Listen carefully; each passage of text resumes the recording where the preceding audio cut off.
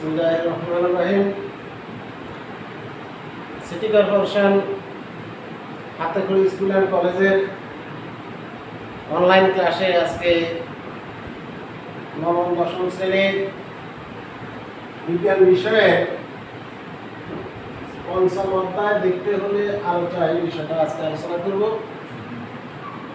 শিক্ষার্থীবৃন্দ, আশা করি তোমরা সবাই ভালো আছো। তোমরা মনোযোগ দিয়ে বিজ্ঞান বিষয়ের খুঁটিনাটি বিষয়গুলো শুনবে, কারণ বিজ্ঞান বিষয়ের অধ্যায়গুলো অনেক ব্যাপক। এই ব্যাপক বিষয়ের মধ্য থেকে আমি যাচাই বাছাই করে, স্টাডি করে, সামারাইজ করে মূল বিষয়গুলো যেগুলো তোমাদের জন্য অত্যন্ত গুরুত্বপূর্ণ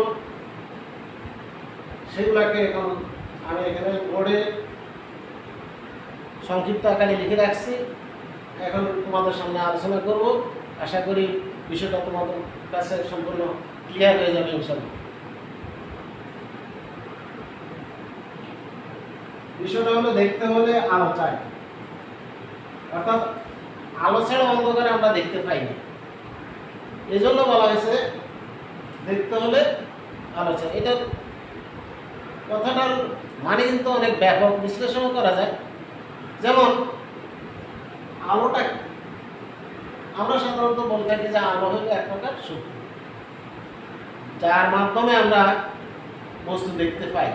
কিন্তু এই জিনিসটাকে অন্যভাবে যদি বলি যে জ্ঞানের আলো, জ্ঞানের আলো না থাকলে মূর্খতা বা অজ্ঞতা, অন্ধকারের মধ্যে যদি মানুষ নিয়োজিত থাকে, তাহলেও সে কিন্তু এই জ্ঞানের আলো থেকে বঞ্চিত হবে এবং পৃথিবী সম্পর্কে বা দেশ বিদেশ, আধুনিক জীবনের অনেক কিছু থেকে সে বঞ্চিত হবে। এটাও একটা কিন্তু সেজন্য বলা হয় যে জ্ঞানটা একটা আলো, অর্থাৎ জ্ঞানের আলোটাও কিন্তু একটা আলো। তো যাই হোক, সেখানে সেই কথায় আমি এখন যাচ্ছি না। মূল কথা হলো যে আমাদের এখানে আলো হলো এক প্রকার শক্তি। আমরা জানি, তোমরা জানো যে ষষ্ঠ সপ্তম শ্রেণীতে তোমরা আলো প্রতিফলন, প্রতিসরণ এগুলো পড়েছ। সেখানে বলা ছিল যে আলো সরল পথে চলে। আলো সরল পথে চলে কথাটা ঠিক। একই মাধ্যমে যখন আলো চলাচল করে তখন আলো গতিপথের কোনো পরিবর্তন হয় না। তো আলো যখন মাধ্যম পরিবর্তন করে, এখানে আমি একটা চিত্র দিয়ে দেখিয়ে রাখছি। একটা বায়ু, হালকা মাধ্যম, আর একটা পানি ঘন মাধ্যম। যখন আলো এক স্বচ্ছ মাধ্যম থেকে অন্য স্বচ্ছ মাধ্যমে প্রবেশ করে, তখন সে আলোটা কি করে, দুইটা মাধ্যমের বিভেদ তল, এটাকে বলা হয় বিভেদ তল, সংযোগ স্থল। না, বায়ু মাধ্যম এবং পানি মাধ্যমের সংযোগ স্থল বলা হয় বিভেদ তল। এই বিভেদ তল থেকে এটা পরিবর্তন হয়ে যায়, মানে এটার গতিপথটা পরিবর্তন করে এটা আবার সোজা পথে চলে। এই যে আলোক রশ্মি এক মাধ্যম থেকে অন্য মাধ্যমে প্রবেশের সময় বিভেদ তলে এসে বেঁকে যাওয়ার এই ধর্মটাকে বলা হয় আলোক প্রতিসরণ। আলোক প্রতিসরণ। ঠিক একইভাবে আলোক রশ্মি যদি হালকা মাধ্যম, গণমাধ্যম থেকে হালকা মাধ্যমে প্রবেশ করে, সেক্ষেত্রেও কিন্তু আলোর গতিপথ পরিবর্তিত হবে। সৃজনশীলে অনেক সময় এরকম একটা চিত্র দিয়ে দেওয়া থাকে উচ্চতর ধারণা, যেটা উচ্চতর, সেখানে লেখা থাকে যে যদি মাধ্যম তলের পরিবর্তন হয়, অর্থাৎ বায়ু মাধ্যম থেকে হালকা মাধ্যমে না গিয়ে, হালকা মাধ্যম থেকে গণমাধ্যমে না গিয়ে যদি গণমাধ্যম থেকে হালকা মাধ্যমে যায় আলোক রশ্মি, তাহলে কি হবে সেটা ব্যাখ্যা করবো বা বিশ্লেষণ করবো।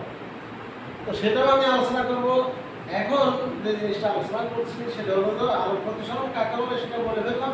যে আলোক রশ্মি এক মাধ্যম থেকে অন্য মাধ্যমে যাওয়ার সময় গতিপথ পরিবর্তন করে, আর যখন আলোক রশ্মি হালকা মাধ্যম থেকে গণমাধ্যমে যায় তখন আপতন কোণ অপেক্ষা প্রতিসরণ কোণ ছোট হয়।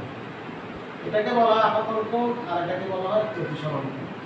অর্থাৎ আলোক রশ্মি আর এই যে উপরে নিচে যে রেখাটা দাঁড়ানো, এটা হলো, এটাকে বলা হয় অবিলম্ব। এই অবিলম্বর কাছে চলে আসে। প্রতিসরিত রশ্মিটা এই বরাবর যাওয়ার কথা ছিল, সে বরাবর না গিয়ে সে অবিলম্বের কাছে চলে আসছে, অর্থাৎ প্রতিসরণ কোণটা ছোট হয়ে গেছে। এটা হয় কখন? যখন হালকা মাধ্যম থেকে ঘন মাধ্যমে প্রবেশ করে। এখানে আমি দুইটা মাধ্যম বায়ু এবং পানি লিখেছি, যেটা অর্থ হলো এটা বায়ু হলো হালকা মাধ্যম আর পানি হলো ঘন মাধ্যম। এই ঘন মাধ্যমটা পানি না হয়ে কাঁচও হইতে পারে, অন্য কিছু হতে পারে। তো যাই হোক, এখানে আমি এভাবে দেখালাম। তাহলে কি হলো? এটা হলো আপতন কোণ, এইখানে প্রতিসরণ কোণ। এখানে প্রতিসরণের যে সূত্রের কথা বলা হয়েছে, প্রতিসরণের সূত্র এবং প্রতিসরণের কিছু নিয়মাবলী আছে। আমি এখন যেগুলো বলতেছিলাম সেগুলো হলো প্রতিসরণের নিয়ম। নিয়ম হলো কি? হালকা মাধ্যম থেকে ঘন মাধ্যমে প্রবেশ করার সময় আপতন কোণ অপেক্ষা প্রতিসরণ কোণ ছোট হবে। কিন্তু যদি মাধ্যম বিপরীত হয়, আলোক রশ্মি যদি ঘন মাধ্যম থেকে হালকা মাধ্যমের দিকে যায়, সেক্ষেত্রে আপতন কোণ অপেক্ষা প্রতিসরণ কোণ বড় হবে, অর্থাৎ অবিলম্ব থেকে প্রতিসরিত রশ্মি দূরে সরে যাবে। এগুলোকে বলা হয় প্রতিসরণের নিয়ম।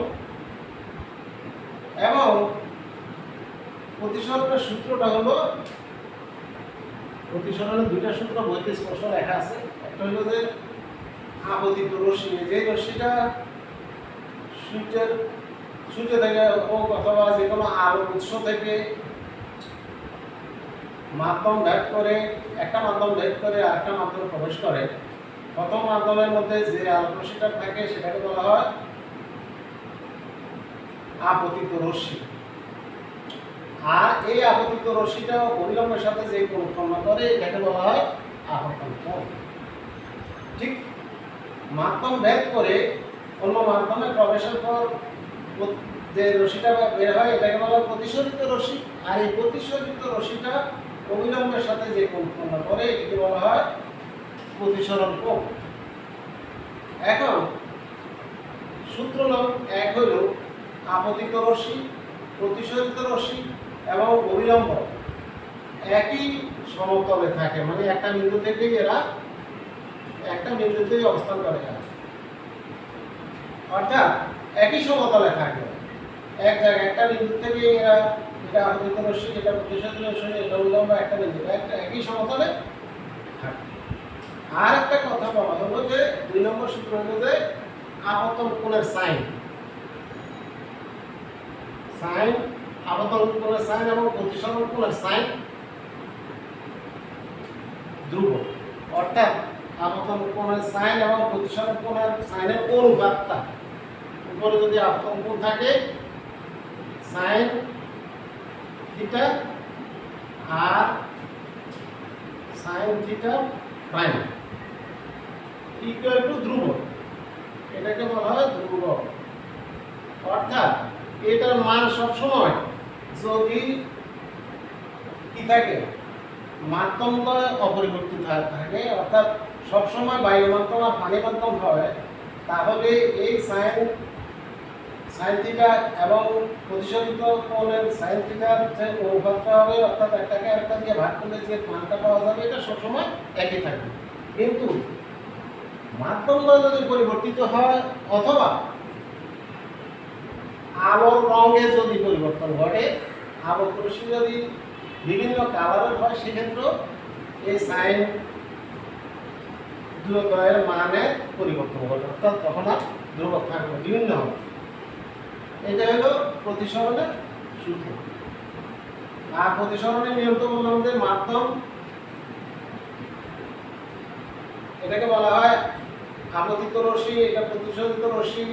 আপতিত রশ্মি যখন একটা মাধ্যম থেকে অন্য মাধ্যমে যায়, শুধু সূত্রের ক্ষেত্রে বলা হয়েছে এক মাধ্যম থেকে অন্য মাধ্যমে, কিন্তু নিয়মের ক্ষেত্রে বলতে হবে যদি হালকা মাধ্যম থেকে ঘন মাধ্যমে যায় তাহলে আপতন কোণ থেকে প্রতিসরণ কোণ ছোট হবে, আর ঘন মাধ্যম থেকে যদি হালকা মাধ্যমে যায় তাহলে আপতন কোণ অপেক্ষা প্রতিসরণ কোণ বড় হবে। এগুলো হলো নিয়মাবলী। এবং আরো কথা হলো যে বললাম যে যদি আলোক রশ্মি বর্ণ পরিবর্তন হয়ে যায় সেই ক্ষেত্রে সাইনের মান অর্থাৎ সাইন আবর্তন কোণ সাইন এবং প্রতিসরণ কোণের সাইনের অনুপাত ভিন্নতা পরিবর্তিত হবে। এই গেল আবার প্রতিসরণ এবং প্রতিসরণের সূত্র নিয়মাবলী। এরপর আসো লেন্স। লেন্স হলো দর্পণ বলা হয় অর্থাৎ কাঁচ। লেন্স তোমাদের বইতে এরকম দুটা চিত্র আছে, দেখবে। আমি এখানে চিত্র এঁকে দিলাম। এই দুইটা চিত্রের এটাকে বলা হয় উত্তল লেন্স,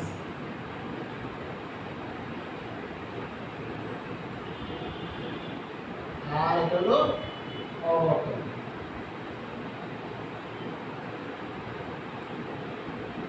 লেন্স হলো অনেক সময় কাঁচের তৈরি হতে পারে, প্লাস্টিকের তৈরি হতে পারে, বা অন্য কোনো স্বচ্ছ পদার্থ নিয়েও তৈরি হতে পারে। আজকাল আমরা যে চশমা ব্যবহার করে থাকি সেগুলো সাধারণত কাঁচের তৈরি হয় না, কাঁচ হচ্ছে উন্নত মানের যেগুলো পড়ে ভেঙে যায় না, সাধারণত প্লাস্টিকের বা অন্যান্য পদার্থ দিয়ে তৈরি হয়ে থাকে।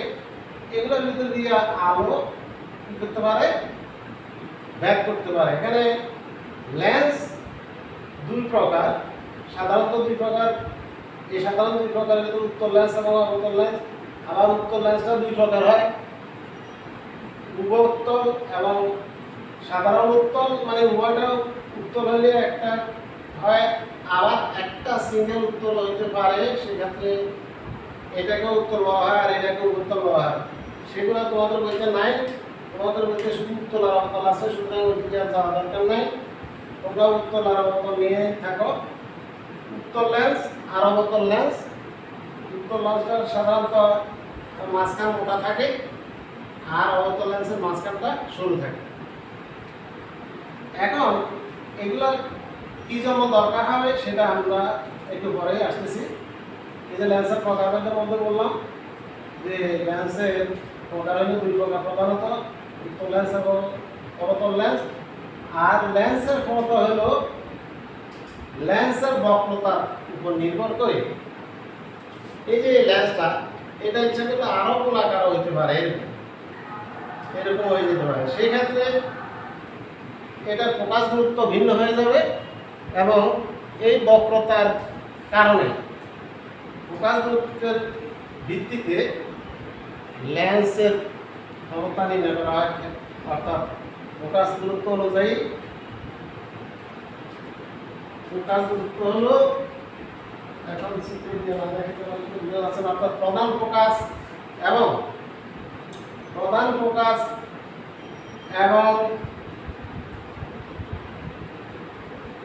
ফোকাস বিন্দু, যেখানে যাইয়া প্রতিসত্য রশ্মিগুলা যে বিন্দুতে মিলিত হয় সেটাকে বলা হয় ফোকাস বিন্দু। ওই বিন্দুর দূরত্বকে বলা হয় সাধারণত ফোকাস বিন্দু। ফোকাস বিন্দু থেকে লেন্সের কেন্দ্র পর্যন্ত দূরত্বকে বলা হয় ফোকাস দূরত্ব। এবং এই ফোকাস দূরত্বের ভিত্তিতে লেন্সের ক্ষমতা নির্ণীত হয় এবং সেই নির্ণয় করার একটা সূত্র আছে। সূত্রটা হলো এরকম, F=1/d, অর্থাৎ 1 কে d মানে হলো ওই যে বললাম দূরত্ব, প্রধান অক্ষ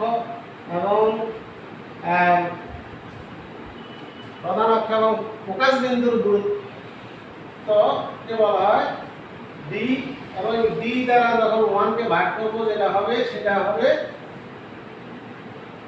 লেন্সের ক্ষমতা। অর্থাৎ লেন্সের পাওয়ার কত, 1। যদি এই d এর মান 1 হয় তাহলে 1 মিটার হয়, তাহলে ফোকাস দূরত্ব হবে 1 মিটার।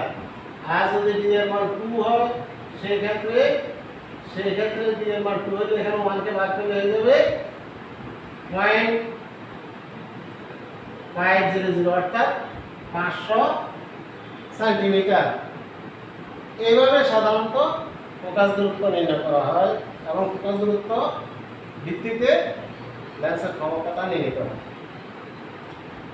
এই হলো লেন্সের ক্ষমতা বা লেন্সের ফোকাস দূরত্বের বিষয়। এরপর আসো স্পষ্ট দৃষ্টির ন্যূনতম দূরত্ব। স্পষ্ট দৃষ্টির ন্যূনতম এখানে যে জিনিসটা আরেকটু চিত্র দিয়ে বোঝাতে পারলে ভালো হতো, সেটা হলো যে প্রধান ফোকাস এবং ফোকাস দূরত্বটা আরেকদিন আমি ভালো করে বিশ্লেষণ করব, কারণ এখানে ওই চিত্রটা এখানে দাঁড় করানোর জায়গা নাই, কিন্তু আমি মানে ভালোভাবে বুঝতে পারলাম না, ওটা আরেকদিন বিশ্লেষণ করব ইনশাআল্লাহ। এখন আমরা স্পষ্ট দৃষ্টির ন্যূনতম দূরত্বটাতে যাই। স্পষ্ট দৃষ্টির ন্যূনতম দূরত্ব হলো আমরা যদি বস্তুকে আমাদের চোখের দৃষ্টিসীমা কিন্তু একেবারে অসীম নয়, এটা একটা সীমানা আছে। যেমন আমি এই কলমটা ধরলাম, এইটা দূরের দিকে নিতে নিতে একটা দূরত্বে আর এটা আমি দেখতে পাবো না। আবার কাছে আনতে আনতে কাছে আনলে কতটুকু দূরত্বে আমি স্পষ্ট দেখতে পাই, আবার একবার কাছে নিয়ে আসলে এটা আর দেখা যায় না বা দুইটা দেখা যায়, এরকম মনে হয়। এই জন্য স্পষ্ট দৃষ্টির ন্যূনতম দূরত্ব বলতে বোঝাচ্ছে যে বস্তু কতটুকু চোখের থেকে কতটুকু দূরত্বে থাকলে, সর্বনিম্ন কত দূরত্বে থাকলে বস্তু স্পষ্ট দেখা যায়, এটাকে বলা হয় স্পষ্ট দৃষ্টির ন্যূনতম দূরত্ব। এই স্পষ্ট দৃষ্টির ন্যূনতম দূরত্বটা আবার সবার জন্য সমান থাকে না, বয়স ভেদে এটি ভিন্ন ভিন্ন হতে পারে। এই স্পষ্ট দৃষ্টির ন্যূনতম দূরত্বটা শিশুদের ক্ষেত্রে সাধারণত 5 সেন্টিমিটার হয়ে থাকে এবং পূর্ণবয়স্কের পূর্ণবয়স্কদের ক্ষেত্রে এটা 25 সেন্টিমিটার পর্যন্ত হয়ে থাকে। এই গেল স্পষ্ট দৃষ্টির ন্যূনতম দূরত্ব এবং এটা স্বাভাবিক।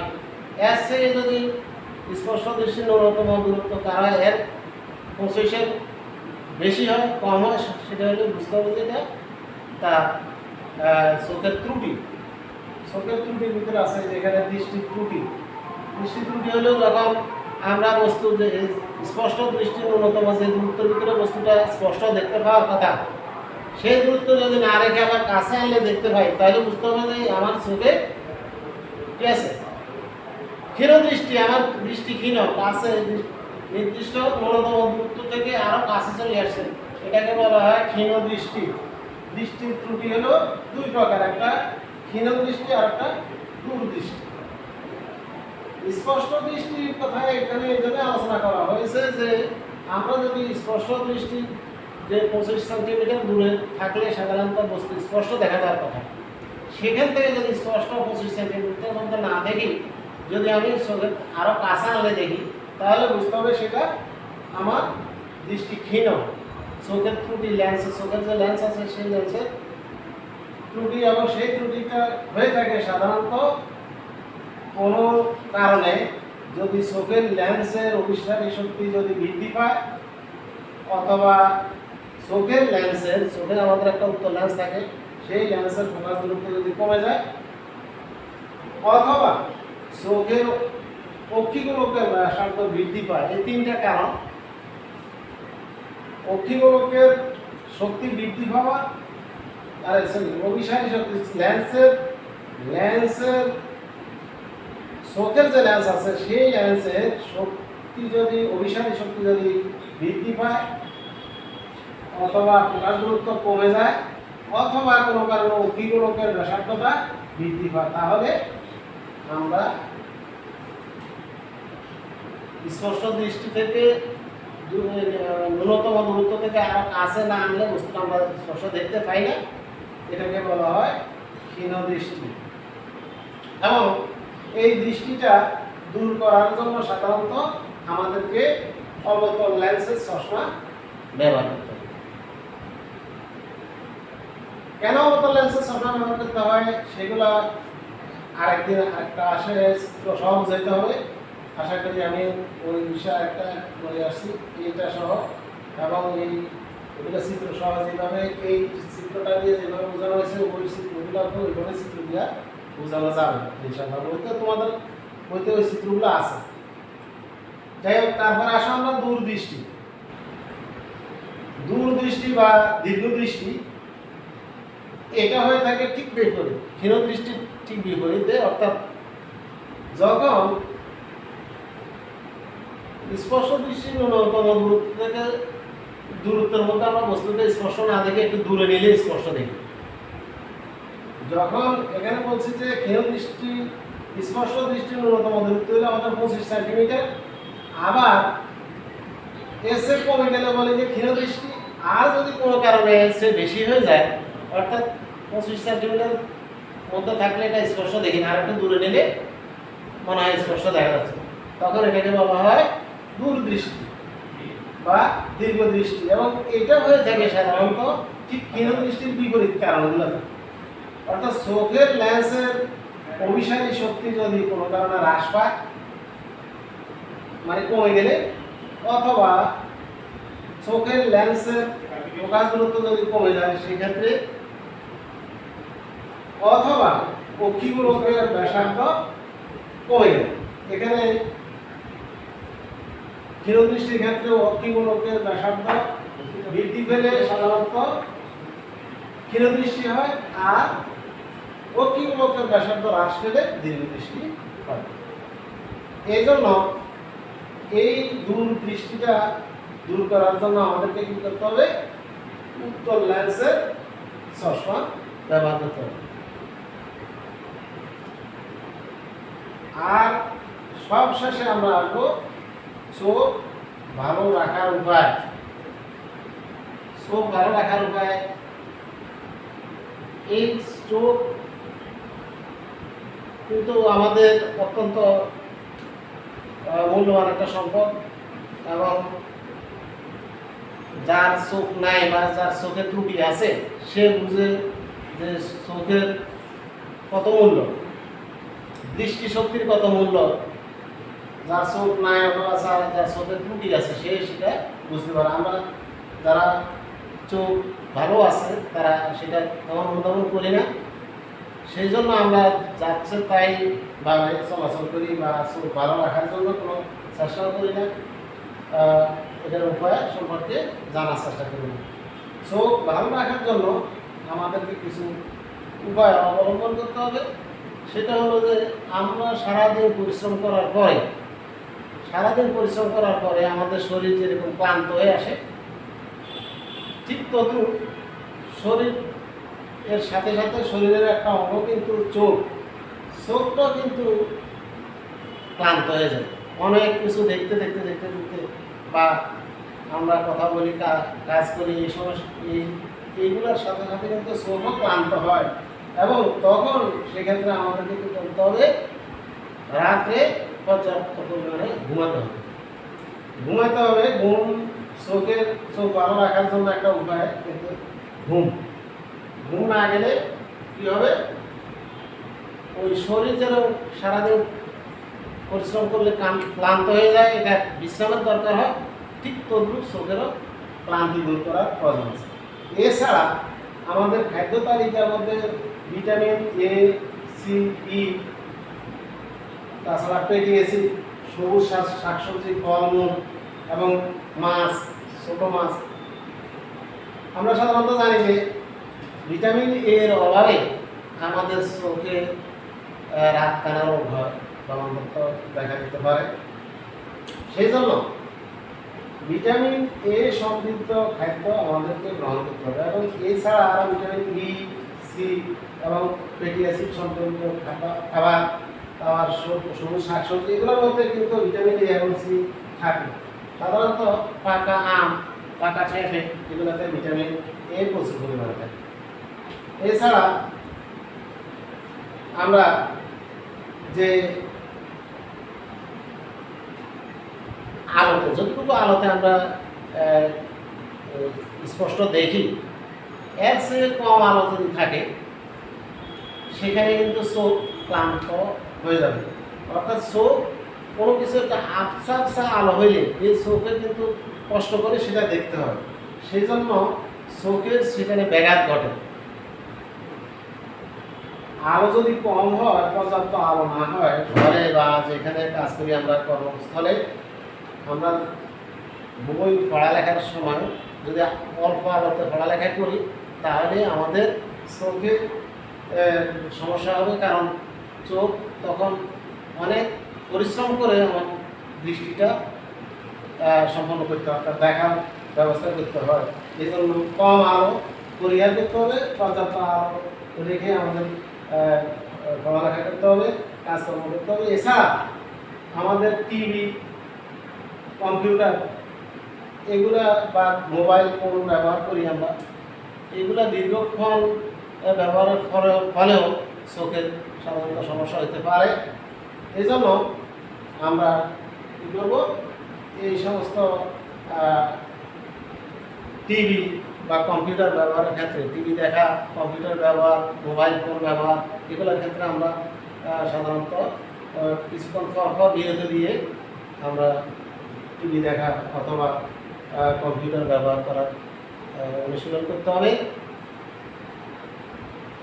এইভাবে আমরা চোখ ভালো রাখার জন্য কিছু টিপস এখানে দেওয়া হলো। আশা করি তোমরা এগুলো মেনে চলবে। এবং সর্বোপরি আমাদের এই যে বিজ্ঞান বিষয়ে দেখতে হলে আলোচনায় এই অধ্যায়টা মোটামুটি একটা সামারাইজ এখানে আসলো। এখানে আমরা শুধুমাত্র উত্তর লেন্সের কাজটা কীভাবে কাজটা করে সেই চোখের জ্ঞান, অবতল লেন্স কীভাবে আমাদের দৃষ্টিটাকে স্বাভাবিক দৃষ্টিতে নিয়ে আসে, আর উত্তর লেন্স কীভাবে আমাদের দূর দৃষ্টিটাকে স্বাভাবিক দৃষ্টিতে নিয়ে আসে, সেটার চিত্র সহ অন্য একদিন আর আসে বুঝাবো ইনশাল্লাহ। আজকে এ পর্যন্ত, তোমরা সবাই ভালো থাকো এবং অনলাইনে যে ক্লাসগুলো হয় বিজ্ঞান ছাড়া অন্যান্য গণিত, বিজ্ঞান, ইংরেজি, অঙ্ক, এই ক্লাসগুলো মনোযোগী হবে। তোমাদের ভাই বোন যারা আছে তাদেরকেও বিভিন্ন ক্লাসে যারা আছে সবাইকে অনলাইনে ক্লাসগুলো দেখতে বলবে। এছাড়া সংসদ টেলিভিশন এবং ডিসি অফিসের অনলাইনে যে সমস্ত ক্লাসগুলো দেয় সেগুলো তোমরা দেখতে পারো। আশা করি তাতে তোমরা উপকৃত হবে। সবাইকে ধন্যবাদ জানিয়ে এবং সবাই সুস্বাস্থ্য কামনা করে আমি আমার ক্লাসটা এখানে শেষ করলাম। আল্লাহ হাফেজ।